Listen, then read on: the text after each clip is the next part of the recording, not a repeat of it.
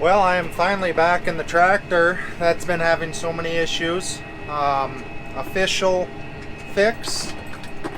They said the def lines may have had something in them from factory, or the fittings weren't perfectly tight, and it was causing some blockage and leaking.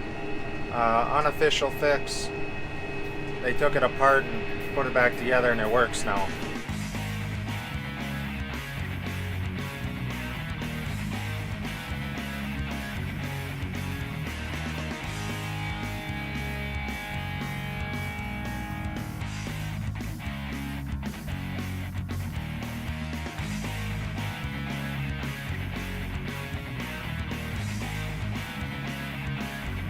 I just passed the place that I have been cursed to get through, trying to go to the same field the last 4 times I've left the yard with this tractor, and that spot back there is where it always derated and blew this exhaust filter fault, government emissions stuff that is very frustrating. Anyways, we are going out to spray corn that should have been sprayed a week ago. Yeah, the corn is out of the ground, and I'm spraying 28% on it. It will burn the corn a little bit, but we've got so much 28% mixed up both in the sprayer and on our tender trailer that we got to go somewhere with it, and it'll knock corn back a little bit, most likely. 28% is just rough on any kind of plant that's emerged, so unfortunately, but we've had no choice. We've had no sprayer tractor, so I hope this thing lasts now. Well, you can see the earlier planted stuff. I'm spraying. Doug's been in this field 4 times, I think, this spring, trying to plant it. It's half section. Got rained out twice. The higher ground we worked earlier obviously just dried up better. So that corn is emerging. That's about 3 inches tall. Got 2 leaves on it. There's some strips out in the middle of what I have to spray that is emerging. A lot shorter, but I might burn that a little bit. But we got to get our pre-emerge down. We come back with 1 post-emerge pass, and that does really good job at taking care of weeds, but we need this pre-emerge down.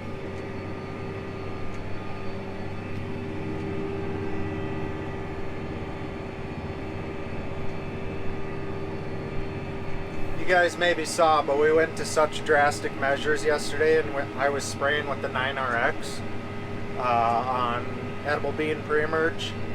Comparing a 9RX to this T-Track, 9RX is a 2018. This is brand new.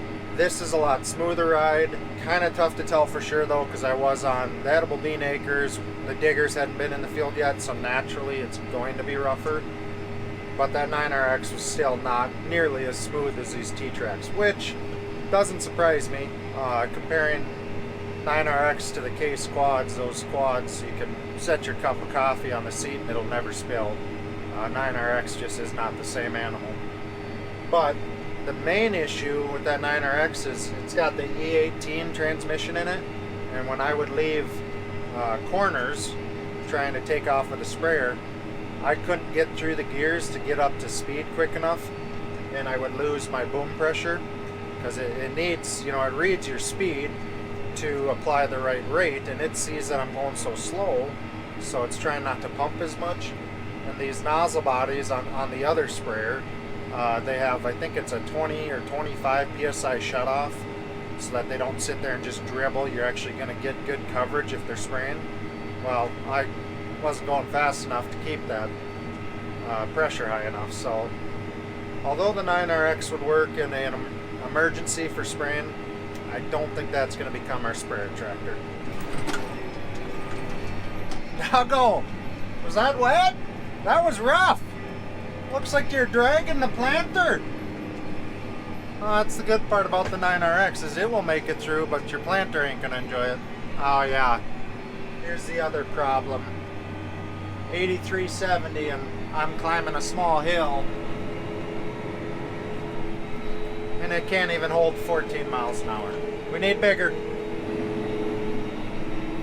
Dago, this looked wet! Oh my. You were a foot down with the planter! Well, I don't know if there's any crop there to spray, but I got her sprayed for you, Doug. Hey guys, I'm back! I'm back and the sprayer is moving. So, we did a little swap here. Eric maybe explained it to you, but we did not put dry fertilizer on this field, so didn't put any N on just because of time, and we didn't want to send the fertilizer tender back for 35, 40 acres. So we're just putting it on liquid, so he's got a high rate, and he is complaining about how slow he's going, but the nozzles just aren't sized for 50 gallons an acre. That's normally we spray 12.5 gallons an acre, so it's very slow process here. I'm just so glad that the tractor is working today. Look at that. He's barely moving. Hey, he's trying to get me with the... Are you spraying me? He's got the fence row nozzle on, trying to squirt me. Yeah, that's a slow process there. You can really see it coming out though.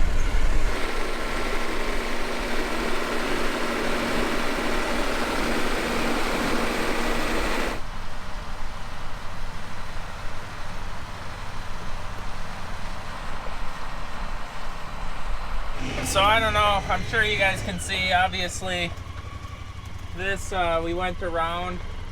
Right now, actually, probably could plant it, but we've given up on corn. We abandoned the last 600 acres, 650 acres of corn.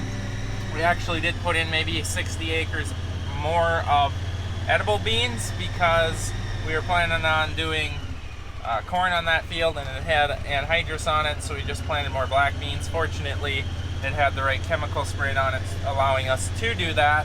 But the rest just went to soybeans. We are not done with soybeans yet. We got 1/4 and 1/80, both so wet that I don't know what we're gonna do with. We'll probably get the 1/4, but it's gonna have like 20 potholes in it. The 80 though, that might be preventative plant, which those that don't know what that is, basically, when you can't physically plant your field, do PP. So basically, insurance pays you to not plant your field because you can't. So that's what it is. No one wants to do it because with PP, and I think there's going to be a lot of it around this area. I think there's going to be a ton of it from other farms and farmers, just because there is fields that you aren't going to get planted this year. Like, look at this. This spot is not going to get planted. It's just black. And right across here is the ditch bank that drains the lake right next to the farm. So what's actually happening is this is all tiled, actually pattern tiled right here, but the water is so high from so much rain, it's backing up into the tile and actually keeping that soil wet. Reverse. It's working in reverse, which ain't a good thing. So back to preventative plant. Obviously all farmers want to plant their ground because that's what we're doing. That's where you don't make money PPing ground. It's just to pay your inputs for the year, your cash rent, and that's about all you get out of that. So obviously you want to plant your fields, but you can't. Well, now the weeds come, because weeds are always coming. Like, look at this. It's a swamp, but yet Mr. Water Hemp is still managing to grow. So now we get to manage this all summer. Managing a crop is great because once a crop gets up, you spray it twice. The crop canopies, which means covers the rows up, and now you don't have to spray then. So bare ground all year long. You either got to spray it, dig it, plant a cover crop. Might have to do all of that, and it just becomes a nightmare. But I am just very thankful that if you would have asked me 2 weeks ago, I would have said, well, we might have 2,000-3,000 acres of PP. I have no idea, but we mudded everything in, good, bad, or otherwise, and we've got a lot of spots that look like this that we're going to be out in, either spot spraying or tilling, or you can't leave it because the water hemps will get 8 feet tall. It'll be an interesting summer for YouTube. Let's just say that.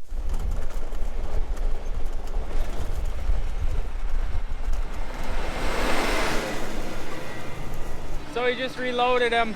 900 more gallons. Gonna go do another 25 acres. He's not enjoying this 3 mile an hour, 4 mile an hour adventure. It's a big farm. How do you get so dirty, Brody? Look Don't at him. ask. It's terrible. He's been staying night at the farm. He has no clothes to wear. That's fuel. Talc. Oh yeah. You got our black beans planted, huh? They're planted. We're done. Thank God. I hope so. You got one right here though. Oh, we're not gonna plant that one. I got plans for that field this summer.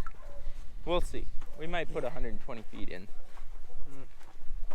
Let's jump in this dust bucket we call a side-by-side. So I was driving next to Eric trying to get some cool footage. Here I didn't realize that his end nozzle shoots out like 8 feet, and I sprayed the whole back wheel full of 28%. Oh gosh. So I was up there scrubbing the rims. It's junk now. They fixed the door. I don't know if I mentioned that, but they welded this all in new here, so good as new, right? Can put some wainscoting there so it don't look like that anymore. All right, we're gonna park Brody's planter away. The 2 fields we have left, the soybeans, are not ready yet, so kind of done planting for maybe the weekend. Maybe we'll get a weekend off. That'd be great. I'd enjoy that. I'd sleep the whole time. Multiple naps in a day. I can feel the relief now. We never did get to use the 82-85. I'm glad we didn't because of the row spacing being bad. That would have been a really bad deal, but just put the monitors in there for nothing basically, and then Eric's tractor got fixed. Turn your lights off! I do like the lights. They're fancy. You did 203 acres and you didn't break down? That is a miracle. Too fat. It's a miracle for this year. Yeah. Good. That's a really confident thing to hear from the guy that's been running the bean planter all day, Brody. I actually planted beans. Look at how big these are already. This is impressive. We're still planting soybeans, and this is one of the first fields we planted, and they're already looking really nice. Really nice. This is a headland, so it's kind of, you know, compacted, but it's starting to turn green. That's what I like to see. Green fields. What's this, Brody? You missed some. Well, you know, It happens, he says. Oh, we should check our row shutoffs and see what they were like the first time we had them set, and not when it lost the planter and we had to redo it, and definitely not the third time when we were smart enough to remember to take a picture of on-off times. And doesn't look like it worked here. oh, what are you talking about? Right here. This is perfect. I want about 2 feet of overlap because the air clutches, they're good, but some of them will hang on longer than others, so those row clutches are supposed to turn off the seed from the field into your headland here. Obviously, I wanted it to overplant to about the 2nd row in or the 3rd row in, just because if you come in at different speeds, if you leave the headland too fast, it'll leave a gap because it all goes by time you're leaving and getting to the headland. This is right down there to very concerningly. Overlap almost got missed. It dropped them right on the line. But overall, we have no gaps. It looks good. Looks really good. Not too bad. I'm satisfied. We found a rarity. Look at this little guy. Go, little guy, go. We need more of these massive beans. Maybe we'd have bigger yields. Yeah. How do you like your spacing? Good. It's good. You just sit in the planter and just hope it comes out? Oh, isn't that what you're supposed to do? Gosh, you plant straight, Brody. How do you hand steer that good? Tough. Following a marker the whole time. Take it easy, Brody! That's nothing Eric wouldn't do, I guess.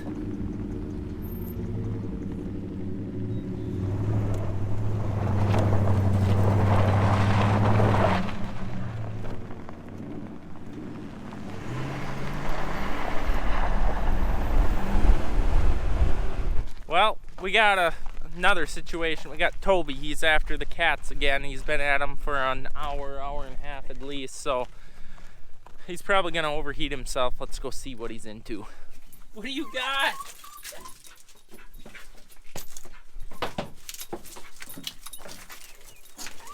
What do you got, Tobes? Toby! You have... Hey, calm down, calm down. Oh, there goes the kitty! You leave the kitty alone. Oh, jeez. He went in the cat house.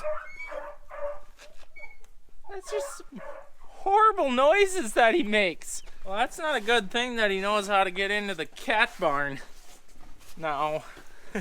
He followed the kitty right in there. Toby, what are you doing? Oh, look at, there's a nice little kitty there. Oh. He doesn't even realize what's going on. Toby, oh my gosh! He's just obsessed. Oh! Oh, he doesn't know what to do when he catches one. He got scared. This is almost... If you wouldn't be so wound up, I mean, I think they'd get along. Well, he grew up with cats. I don't know why he dislikes them so much. There he goes.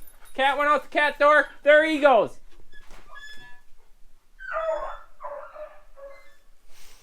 That dog. Where are the cats? Oh, there's one. Yeah, look at the kitty right there. Oh, Shine your light on right him. here. Oh my goodness, look at this. Oh. Shine it down here. Look at all the kitties right there. Probably really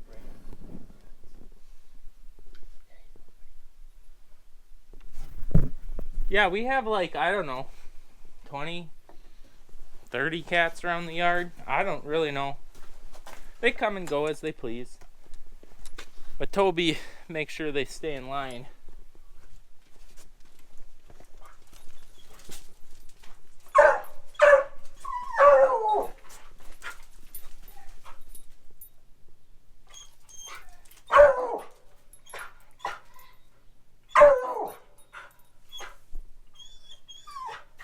Toby, look at, it's a nice little kitty here. Leave the kitties alone. Look at that nice little kitty. Yeah, you just want to play, don't you? Yeah. That's okay. I know. You just want to chase them. Because it's fun.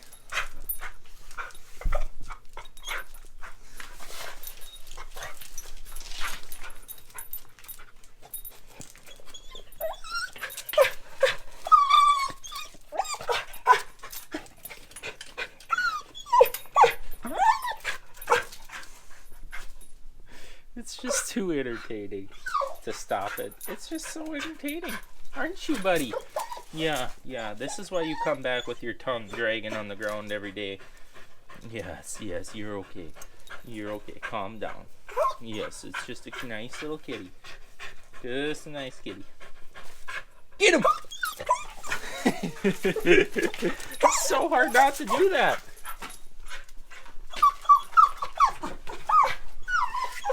Oh, buddy. This is why I can never find him when it's time to go home. Hey, come on now. Before you hurt yourself, let's get out of here. Let's go home. This is like when you're at a family get-together when you're like 4 and 5. And the cousins have to leave and you just don't want them to leave. Toby, leave the kitties alone. Come here. Hey, lasso you. Yeah. Come here. Come here. You're a good beagle. You're a good beagle. I know. You're a good beagle. You're a good boy. Come here. I think we'll check in with everyone tomorrow when he's took a chill pill. Look at him. He just wants to go. Yeah, I know you do. I know. You're just shaking. So stimulated. Calm down, buddy. Everyone, give it a thumbs up for Toby. He's trying. Ow! Drink some water. Yeah. Yeah, that's not good for you to overexert yourself. Winter was just over. All right, we'll check in with you tomorrow.